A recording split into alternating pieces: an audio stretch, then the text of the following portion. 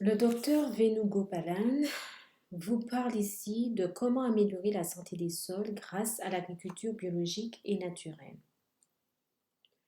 Le sol est une entité vivante et un sol sain est une condition préalable au maintien de toutes les autres formes de vie sur Terre. Le terme santé du sol et qualité du sol sont souvent utilisés de manière interchangeable. La santé peut être mesurée directement par l'état de ses propriétés physiques, comme la structure du sol, la densité apparente, par ses propriétés chimiques, pH, conductivité, matière organique du sol, etc., ou ses propriétés biologiques, diversité des micro-organismes, activité enzymatique, etc. La productivité des cultures est une mesure indirecte de la santé du sol. Les changements dans la santé, qualité du sol se produisent lentement. Le sens de changement, positif ou négatif, dépend de la manière dont nous gérons le sol. Enfin, les changements négatifs entraînent une dégradation des sols qui se manifeste par une érosion accrue, une perte de matière organique, un compactage, une dégradation structurelle, une salinisation, alcalinisation, acidification, une contamination des produits chimiques agricoles et des polluants, une baisse de la fertilité, etc. Les terres cultivables au Tchad sont limitées et font l'objet d'une exploitation intensive sans reconstitution adéquate des nutriments. Cela accélère la dégradation des sols. Les engrais ne sont pas facilement disponibles à prix abordable pour les petits agriculteurs et par conséquent leurs taux d'application sont faibles. Les recommandations d'engrais basées sur des expériences scientifiques sont peu nombreuses. L'analyse des sols est la base des recommandations en matière des nutriments et elle n'est pas largement pratiquée. De même, les modèles d'agriculture de production de coton adoptés semblent bien à court terme, mais il n'est pas durable à long terme. Pour ces raisons, nous avons besoin de systèmes agricoles alternatifs. Il existe plusieurs formes de systèmes agricoles alternatifs et tous visent à réduire l'utilisation d'intrants externes et à rendre le système de production plus autonome. Ces systèmes comprennent l'agriculture biologique, l'agriculture naturelle, l'agriculture sans labour, la permaculture, l'agriculture biodynamique, etc. Vous voyez cette liste sur la diapositive. Ces systèmes se distinguent par les intrants et les opérations agricoles qui sont autorisés et interdits. L'amélioration du carbone organique du sol permet de rendre les sols sains. Pour rendre les sols sains est le principe fondamental de tous ces systèmes. Donc je reprends, l'amélioration du carbone organique du sol pour rendre les sols sains est le principe fondamental de tous ces principes. Cette conférence se limitera à la gestion de la santé des sols dans le cadre de l'agriculture biologique et naturelle. L'amélioration de la teneur en matière organique du sol, MOS, est la philosophie principale de l'agriculture biologique. La teneur nette en matière organique du sol est l'équilibre entre les ajouts et les pertes de matière organique. Dans les conditions tropicales, la matière organique est rapidement perdue par décomposition. Le sol, la gestion, le climat et la physiographie interagissent et déterminent l'équilibre de la MOS. L'objectif est d'améliorer le niveau de MOS, encore je répète, matière organique du sol, en minimisant les pertes et en augmentant les ajouts. Un certain nombre d'options sont disponibles à cet effet. Diverses sources nommées dans la diapositive sont utilisées pour fournir des nutriments et augmenter la teneur en matière organique. Ces matières diffèrent dans leur rapport carbone-azote, CN, qui augmente la vitesse de leur décomposition, qui affectent la vitesse de leur décomposition. Les matériaux à décomposition rapide, comme engrais verts et le lombricompost, fournissent rapidement des nutriments. Les matériaux comme le fumier et le compost libèrent également des nutriments. Certaines matières comme les résidus de cultures céréalières peuvent contribuer davantage à la promotion d'humus, de la matière organique du sol et pourraient ne pas jouer un rôle dans l'augmentation de la disponibilité des nutriments. Dans certains cas, pour améliorer l'utilité de ces sources organiques, les sols peuvent avoir besoin d'amendements. Les amendements seront discutés plus tard.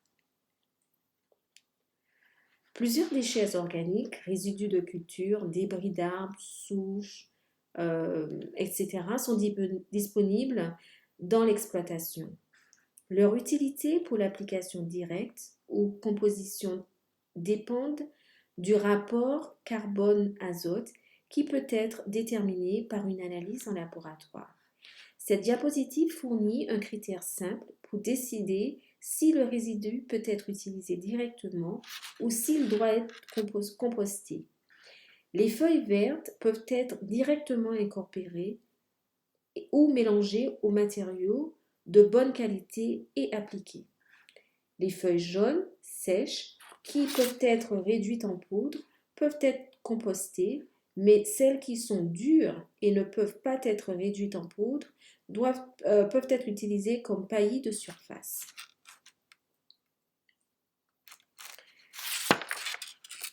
Pas toutes les matières organiques sont capables de fournir des nutriments immédiatement après avoir été ajoutées.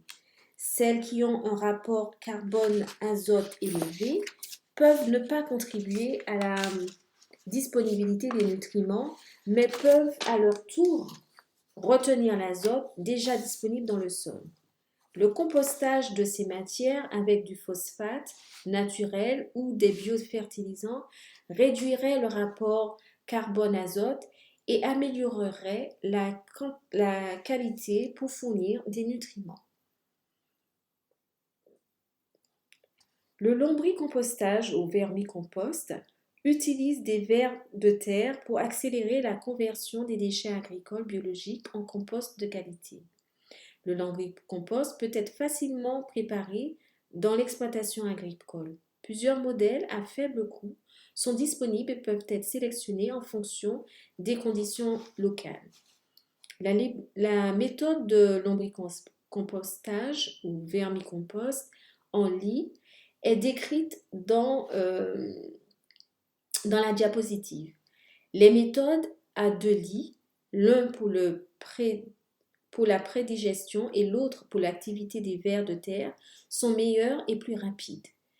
Le stockage du lombricompost dans des conditions humides augmenterait l'activité microbienne et accélérerait la disponibilité des nutriments lorsqu'il est appliqué au sol. Le vermicompost, vermiwash, peut être utilisé pour une application directe au sol ou une pulvérisation foliaire avec un rapport 1:10 avec de l'eau. En plus des nutriments, le vermiwash ou le vermicompost fournit des stimulateurs de croissance et des microbes bénéfiques. Une méthode simple d'élevage de vers de terre et d'obtention de vermiwash est présentée sur cette diapositive. Des déchets agricoles frais peuvent être ajoutés dans la couche supérieure.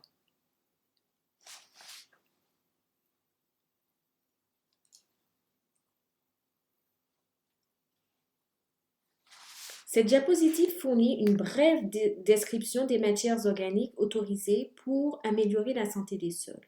Chaque source d'entrée présente certains avantages et certains inconvénients.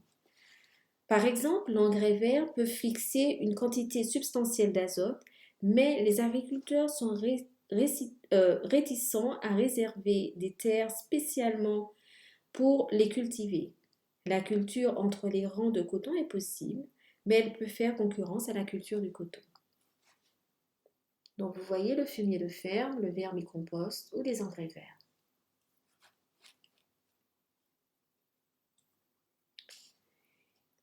Ici, nous présentons d'autres intrants organiques, biofertilisants, légumineuses en rotation, résidus de culture.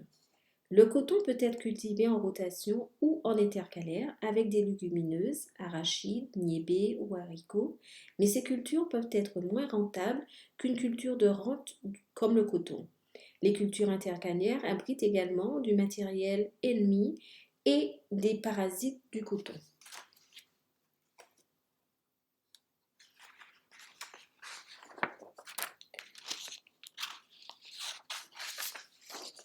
Les résidus des cultures contiennent du K que les autres sources organiques, du potassium, plus de potassium que les autres sources organiques, mais ce potassium ne peut pas être immédiatement disponible.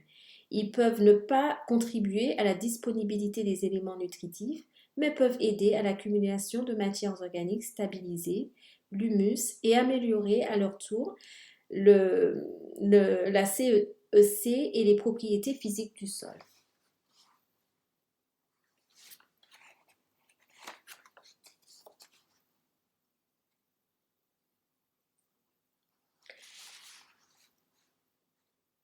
Le CIRA-CICR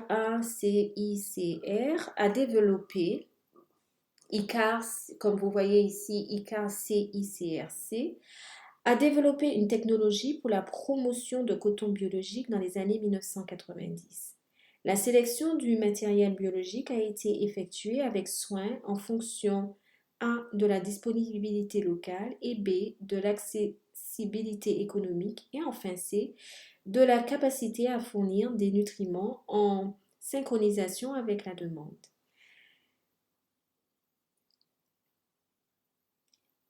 La fertilité résiduelle de la culture précédente de légumineuses a fourni des nutriments immédiats.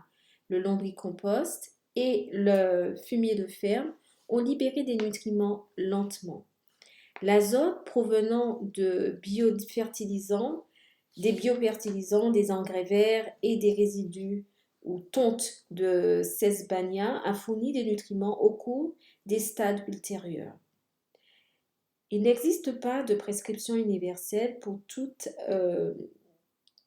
les lieux.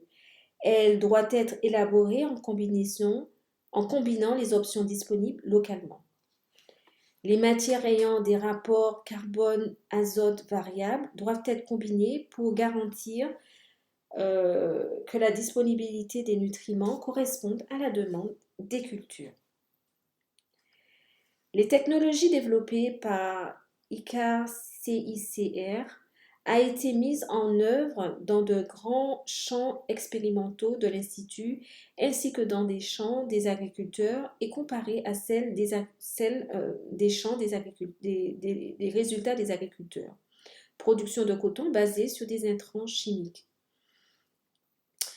La productivité du coton issu de la technologie biologique était inférieure à celle du coton issu de la technologie chimique au cours des premières années. Mais à partir de la 4e année, la tendance s'est inversée. 3 ans sont normalement considérés comme une période de conversion pour que le sol passe au nouvel environnement qui est l'environnement organique. Des profils de sol ont été examinés après 10 ans de production de coton biologique à 2 endroits dans les champs des agriculteurs. Le pH du sol, qui était alcalin, a diminué vers un pH neutre. L'accumulation du sodium échangeable, signe de dégradation du sol, s'est inversée en situation de production biologique. L'amélioration a été constatée non seulement en surface, mais aussi dans les couches souterraines. L'état de la fertilité des sols a été analysé dans les fermes expérimentales, dans les exploitations expérimentales, après 8 ans de conversion à l'agriculture biologique et comparé aux parcelles basées sur les intrants chimiques. Le carbone organique du sol, le phosphore disponible et les cations de micronutriments ont été améliorés dans le cadre du système biologique.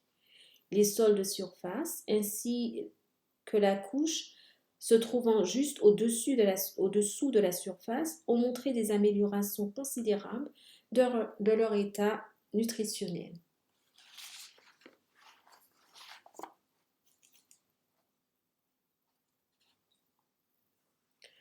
Sur cette diapositive, nous voyons l'amélioration des propriétés biologiques du sol dans le cadre de l'agriculture biologique. L'enzyme bêta-glycosidase convertit les galactosides en sucre simple, monosaccharides. Son activité est un indicateur du renouvellement du carbone du sol. Les phosphatases alcalines convertissent le phosphore organique en forme inorganique que les plantes peuvent absorber. L'activité de ces deux enzymes était plus élevée dans les systèmes de coton organique, ce qui indique une amélioration des propriétés biologiques du sol.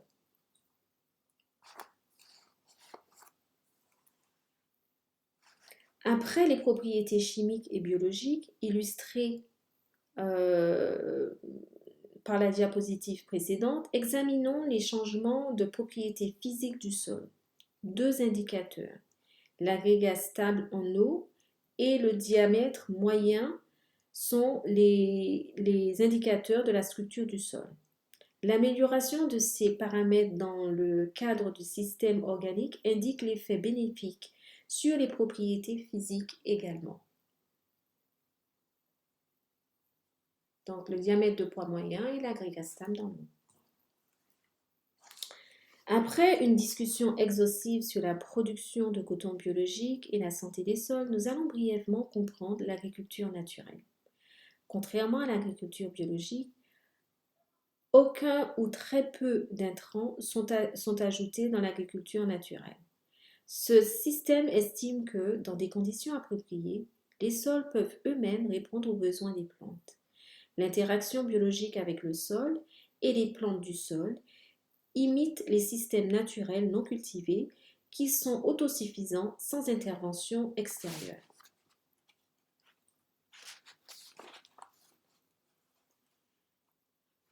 La ZBNF, l'agriculture naturelle à budget zéro, ANBZ, comme on l'a montré sur la diapositive, est une variante de l'agriculture naturelle normalisée par le docteur Subhash Palekar du centre de l'Inde et adoptée avec succès par une partie des agriculteurs indiens. La technologie et ses avantages à long terme sont discutables. Aucun intrant acheté n'est utilisé dans cette technique agricole. La philosophie est que tout ce dont les plantes ont besoin est disponible ou peut être rendu présent dans le sol, dans la zone des racines, en adoptant un changement dans les techniques de culture. Donc je reprends, la philosophie est que tout ce dont les plantes ont besoin est disponible ou peut être rendu présent dans la zone des racines en adoptant un changement dans les techniques de culture. Comprenons maintenant la santé des sols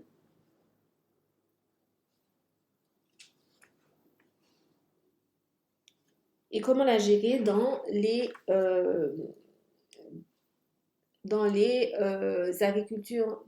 l'agriculture naturelle à budget zéro.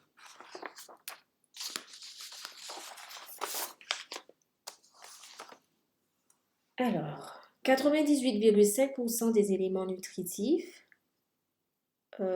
C, H et O, sont obtenus à partir de l'air et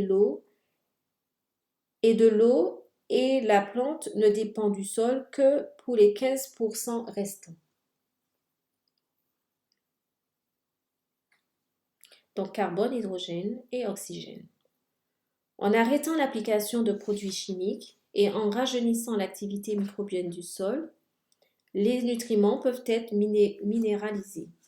Le paillage, outre la suppression des mauvaises herbes, la protection du sol contre l'érosion optimise le microclimat l'humidité, température et aération, pour stimuler l'activité biologique du sol. La polyculture ajoute à la diversité des espèces, réduit le risque induit par le climat, les parasites et fournit un revenu continu. Seuls 2 intrants fabriqués localement sont adoptés dans l'agriculture à budget zéro. Bijanruta, en sanskrit bija, signifie graine et aruta signifie nectar d'immortalité. Bijamruta est une bouillie composée de bouse de vache indigène, plus de l'urine de vache et de chaux qui est enduite sur la graine avant les semailles. Elle est utilisée pour stimuler l'activité microbienne dans la rhizosphère. Jivamruta, Jiva, signifie vie. Jivamruta est un mélange fermenté de bouse de vache, d'urine de vache, de sucre non raffiné, de farine de légumineuses et de lentilles et un peu de terre provenant d'une exploitation qui peut être pulvérisée sur la culture, le sol. Contrairement à l'agriculture biologique, les résultats d'expériences scientifiques à long terme sur l'effet de cette technique agricole ne sont pas disponibles. Toutefois, plusieurs agriculteurs ont constaté une amélioration de leurs revenus agricoles grâce à la réduction des coûts. Il existe 4 amendements: la chaux, sol acide, la zéolite, le biochar et le gypse, sol alcalin, calcaire, sodique, qui sont bon marché et peuvent être utilisés pour corriger, rectifier, améliorer certaines propriétés de base des sols. Ces propriétés influencent à leur tour un certain nombre de propriétés secondaires qui impactent directement ou indirectement la santé du sol et la disponibilité des éléments nutritifs. Les différentes propriétés influencées sur la base de preuves scientifiques sont indiquées dans la figure par les flèches.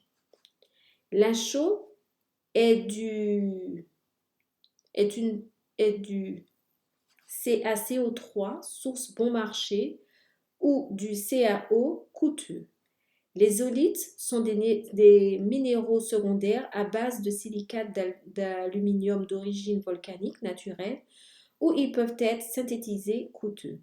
Le biochar est obtenu par pyrolyse de la biomasse, y compris les tiges de coton.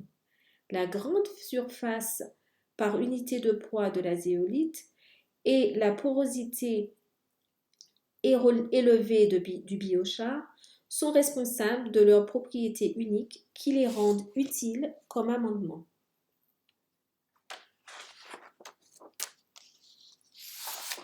Merci.